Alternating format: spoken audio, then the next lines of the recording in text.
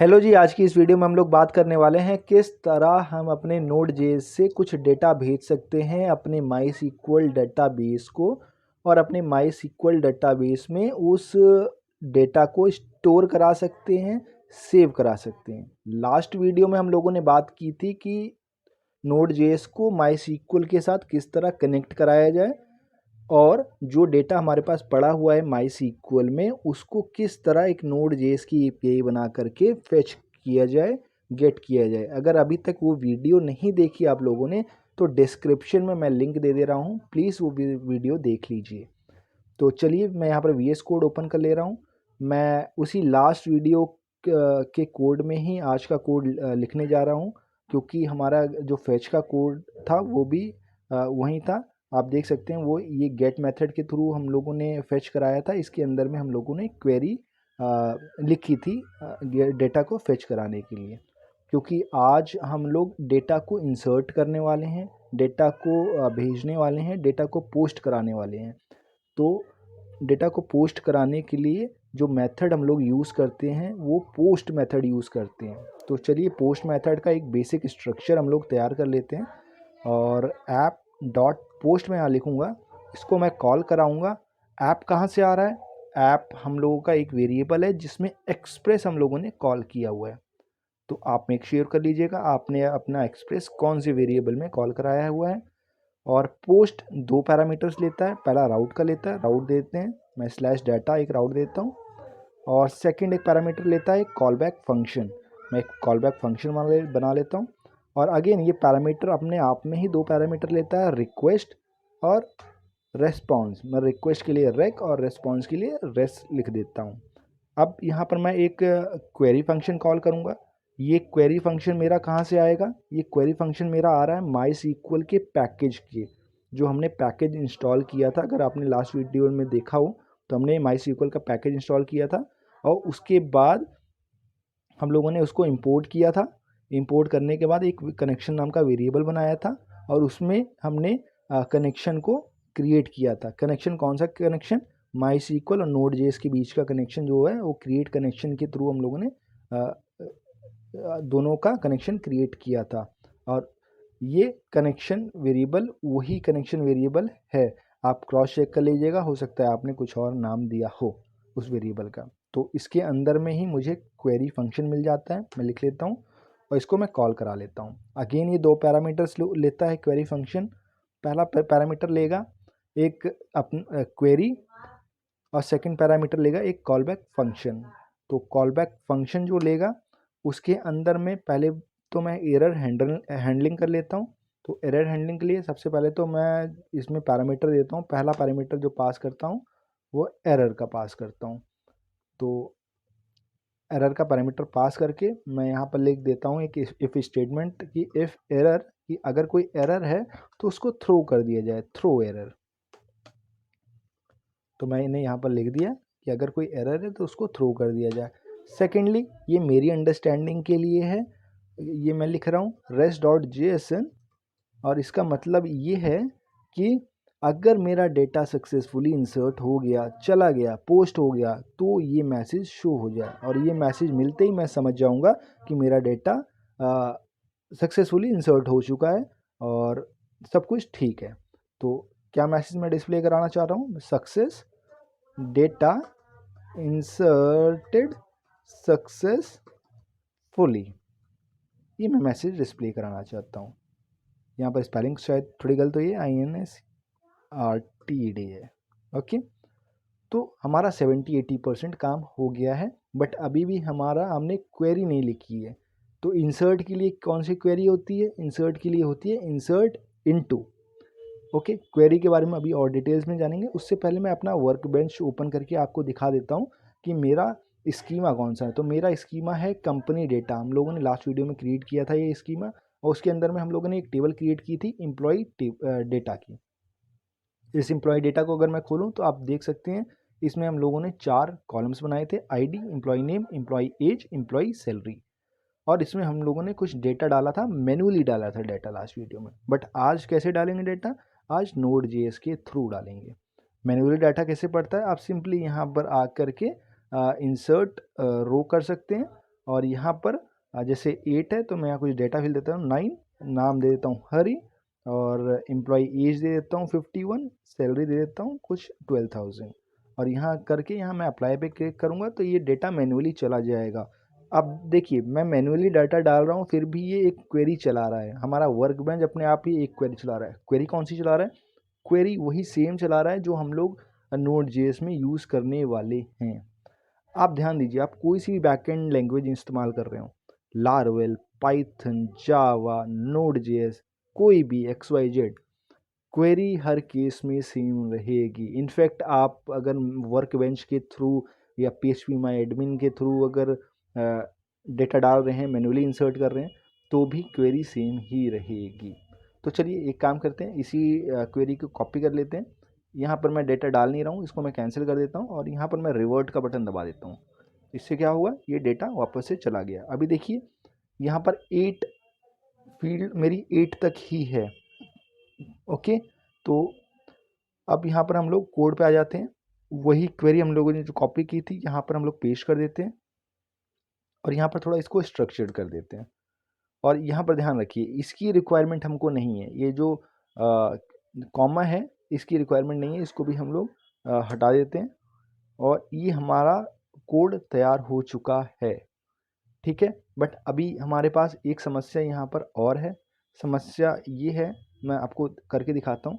अभी मैं ये API पहले तो मैं सर्वर स्टार्ट कर लेता हूँ। सर्वर स्टार्ट करने के लिए मैं नोडमॉन index.js का यूज़ करूँगा। अब नोडमॉन क्या है तो मैंने लास्ट वीडियो में बताया था आपको, आप लास्ट वीडियो देख सकते हैं। मैं यहाँ पर सर्वर स्टार्ट कर देता हूँ और मेरा सर्वर सक्सेसफुल स्टार्ट हो चुका है। तो मैं अपने ब्राउज़र पे आता हूँ और मैं लोकल होस्ट अपना सर्वर रन करता हूँ। मेरा जो राउट है 5050 है और सॉरी मेरा जो पोर्ट है 5050 और मेरा राउट जो है वो डेटा है। तो मैं एक बार एंटर हिट करूँगा। आप याद रखिए यहाँ पर मैंने अभी एंटर डाला नहीं है। आप देखिए मेरे गेट का भी जो नाम है वो जो राउट है वो स्लैश डेटा है, मेरे पोस्ट का भी राउट जो है स्लैश डेटा है। अब आप गौर से देखिएगा, अगर मैं वहाँ एंटर हिट करता हूँ तो वो कौन सा रन करेगा, और फिर मैं आपको प्रॉब्लम के बारे में बताऊँगा। अब देखिए यहाँ पर अमित कुमार यानी डेटा फेच हुआ है यहाँ पर, यानी इसने ये गेट मेथड को हिट किया है। जी हाँ, ब्राउज़र पे आप सिर्फ और सिर्फ गेट मेथड ही हिट कर सकते हैं। अब प्रॉब्लम ये है, अगर ब्राउज़र पे सिर्फ गेट मेथड हिट होता है तो हम लोग पोस्ट पुट डिलीट ये सब मेथड्स कहाँ हिट करें, हम लोग कैसे पता करें विदाउट फ्रंट एंड, जब हमारे पास कोई फ्रंट एंड नहीं है, हम सिर्फ अगर बैक एंड डेवलपर हैं तो कहाँ हिट करें। तो इसका सॉल्यूशन बहुत ही क्लियर है। मार्केट में बहुत सारे टूल्स सॉफ्टवेयर अवेलेबल हैं जो कि स्पेशली डिज़ाइंड हैं API हिट करने के लिए। इसमें से कुछ पॉपुलर सॉफ्टवेयर या टूल्स जो हैं वो पोस्टमैन है। आप चाहें तो पोस्टमैन डाउनलोड कर सकते हैं, इंस्टॉल कर सकते हैं। एक इंसोम्निया भी है, वो भी पॉपुलर है, आप चाहें तो वो भी इंस्टॉल कर सकते हैं, डाउनलोड कर सकते हैं। मैं दोनों का डिस्क्रिप्शन में आपको लिंक दे दूंगा, आप डिस्क्रिप्शन से डाउनलोड कर सकते हैं अपने मनपसंद का कोई सा भी। क्योंकि मेरे सिस्टम में यहाँ पर इंसोम्निया है तो मैं इंसोम्निया का ही यूज़ करूँगा। और अगर आप पोस्टमैन यूज़ कर रहे हैं तो कोई दिक्कत वाली बात नहीं है। जो इंटरफेस है, जो UI है, एग्जैक्टली सेम है, तरीका लगभग सेम है, बस थोड़ा बहुत UI का डिफरेंस आपको मिल जाएगा। ओके, तो अगर आप इंसोम्निया यूज़ कर रहे हैं तो वेल एंड गुड है, आप मेरे को फॉलो कर सकते हैं। तो सबसे पहले तो मैं यहाँ पर प्लस का बटन दबा देता हूँ, यहाँ मैं न्यू रिक्वेस्ट पे जाऊँगा। यहाँ पर मैं अपनी फ़ाइल का नाम बना लेता हूँ, माई API में लिख लेता हूँ। यहाँ पर मैं क्या हिट कराना चाहता हूँ वो मैं दे देता हूँ। मैं यहाँ पर पोस्ट हिट कराना चाहता हूँ, पोस्ट। और यहाँ पर मैं बॉडी अभी के लिए मैं इसको नो बॉडी करके छोड़ देता हूँ। बॉडी क्या है, बॉडी अगर आप हमेशा तो आप Node.js में अपना डेटा लिख के नहीं भेज सकते ना, जैसे इस केस में मैं आपको दिखाऊं तो हम लोगों ने अपना डेटा इसमें ही डाला हुआ है, आप देख पा रहे हैं। जबकि रियल अगर बात करें तो ये डेटा कहीं ना कहीं फ्रंट एंड से आने वाला है या दूसरे किसी सोर्स से आने वाला है, तो वहाँ पर बॉडी का हमारा सिनेरियो या केस आ जाएगा सामने।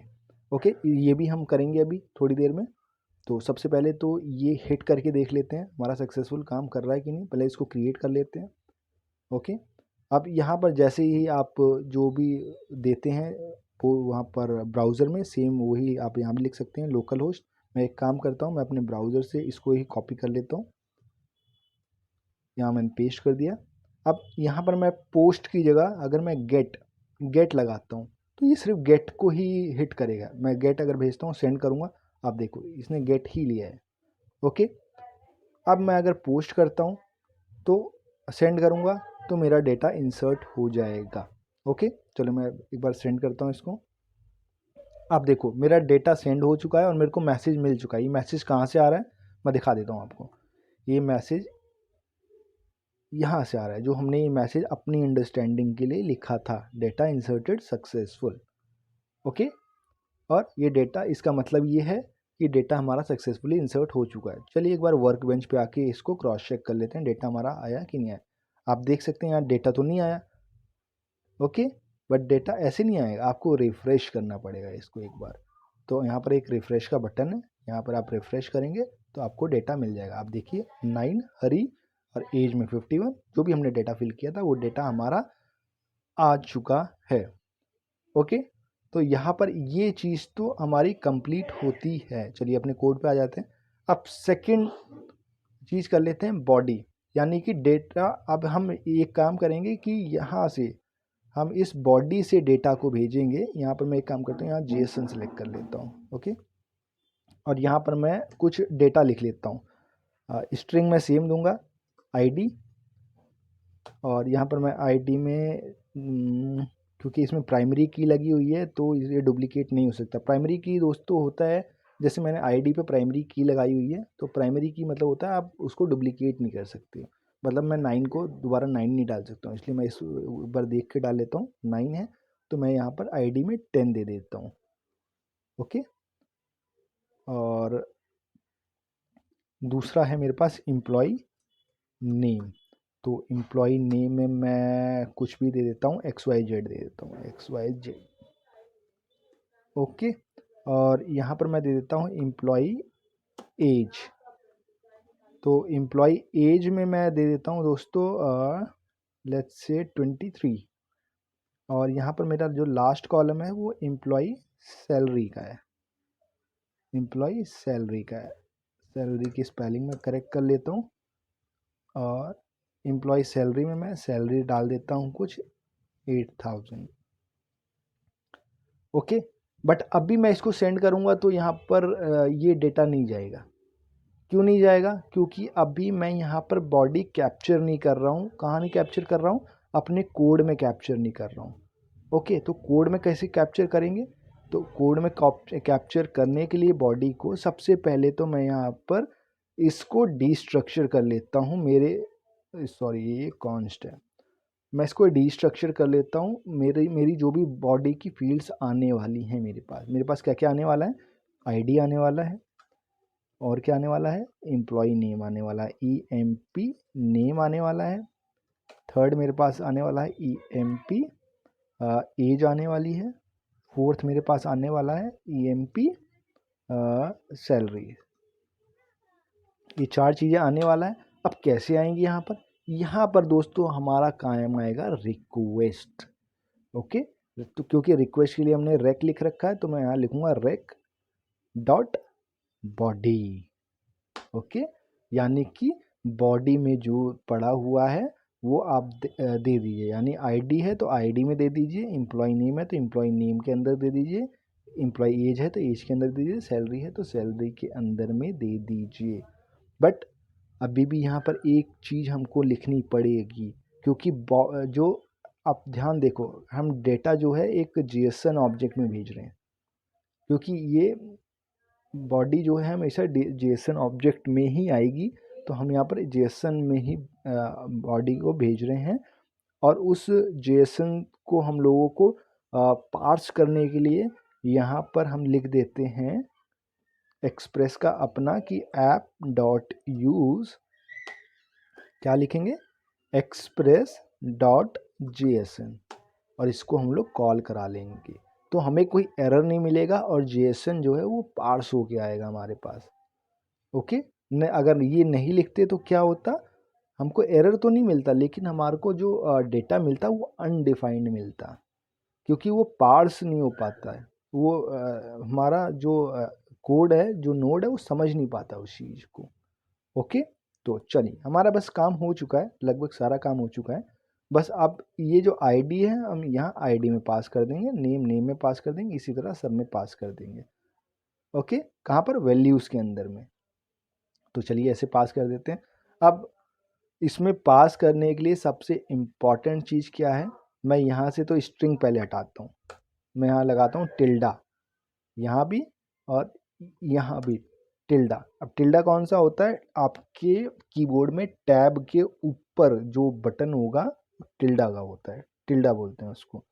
ओके, वो टिल्डा होता है, उसका मतलब ये होता है कि आप किसी भी स्ट्रिंग के अंदर आप वेरिएबल पास कर सकते हैं। कैसे पास कर सकते हैं वो मैं दिखाता हूँ आपको।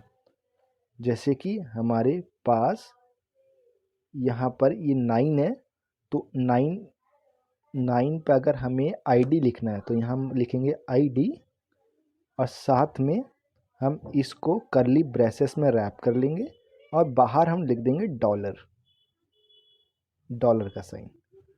तो इसी तरह हम हरी पे कर लेंगे, पहले डॉलर यार लिख लेते हैं, करली ब्रेसेस लगा देते हैं और अंदर लिख देते हैं ये क्या था, एम्प्लॉय नेम। ओके, इसी तरह हम इस पे भी लिख लेंगे डॉलर और करली ब्रेसेस एम्प्लॉय एज, एज। इसी तरह हम सैलरी पे भी कर लेंगे डॉलर करली ब्रेसेस और एम्प्लॉय सैलरी। करेक्ट। अब यहाँ पर दोस्तों एक गलती और हो रही है, गलती नहीं कहेंगे इसको, एग्जैक्टली हमने ये कॉपी करके डाला था, अगर आपको याद हो तो ये हमने कॉपी करके डाला था। ठीक है, तो इसके लिए यहाँ पर ये सारी चीज़ें ये टिल्डा ले रही है, यहाँ पर टिल्डा नहीं हम डालेंगे, जितने भी टिल्डाज हैं ये हम हटा देंगे यहाँ पर से। ओके, ये सारे टिल्डे को हम हटा देंगे, टिल्डे को, सॉरी, टिल्डा, टिल्डा बोलते हैं इसको, इसको हम हटा देते हैं। तो इससे क्या है, ये सब स्ट्रिंग फॉर्म में आ जाएगा। ओके, इसी तरह आप चाहें दोस्तों तो अपने कॉलम्स को भी डिफाइन कर सकते हैं, जिस तरह हमने यहाँ पर वैल्यूज़ को डिफाइन किया इसी तरह आप कॉलम्स को भी डिफाइन कर सकते हैं। बट अभी मैं रिक्वायर्ड नहीं समझ रहा हूँ तो मैं नहीं डिफाइन कर रहा हूँ। तो चलिए ये हमारा ये परफेक्ट हो चुका है। तो एक काम करते हैं, अपने इंसोम्निया पे आ जाते हैं, एक बार डेटा ये वाला भेज के देखते हैं। ठीक है, तो इसको हम भेजेंगे, तो आप देखें डेटा इंसर्टेड सक्सेसफुल आ चुका है, मतलब ये XYZ वाली वैल्यू आईडी नंबर 10 पे आ चुकी होगी। देख लेते हैं, इसको रिफ्रेश करते हैं, करेक्ट, आप देखें 10 आ गया, XYZ 23, और ये 8,000 80,000 वट, ये हमारे पास सैलरी आ चुकी है। तो इस प्रकार आप डेटा को राइट कर सकते हैं MySQL के डेटाबेस में। आई होप ये वीडियो आप लोगों को पसंद आया हो, और पसंद आया हो तो प्लीज़ वीडियो को लाइक कर दें, सब्सक्राइब भी कर दें, और फिर मिलेंगे किसी नेक्स्ट वीडियो में। तब तक के लिए गुड बाय।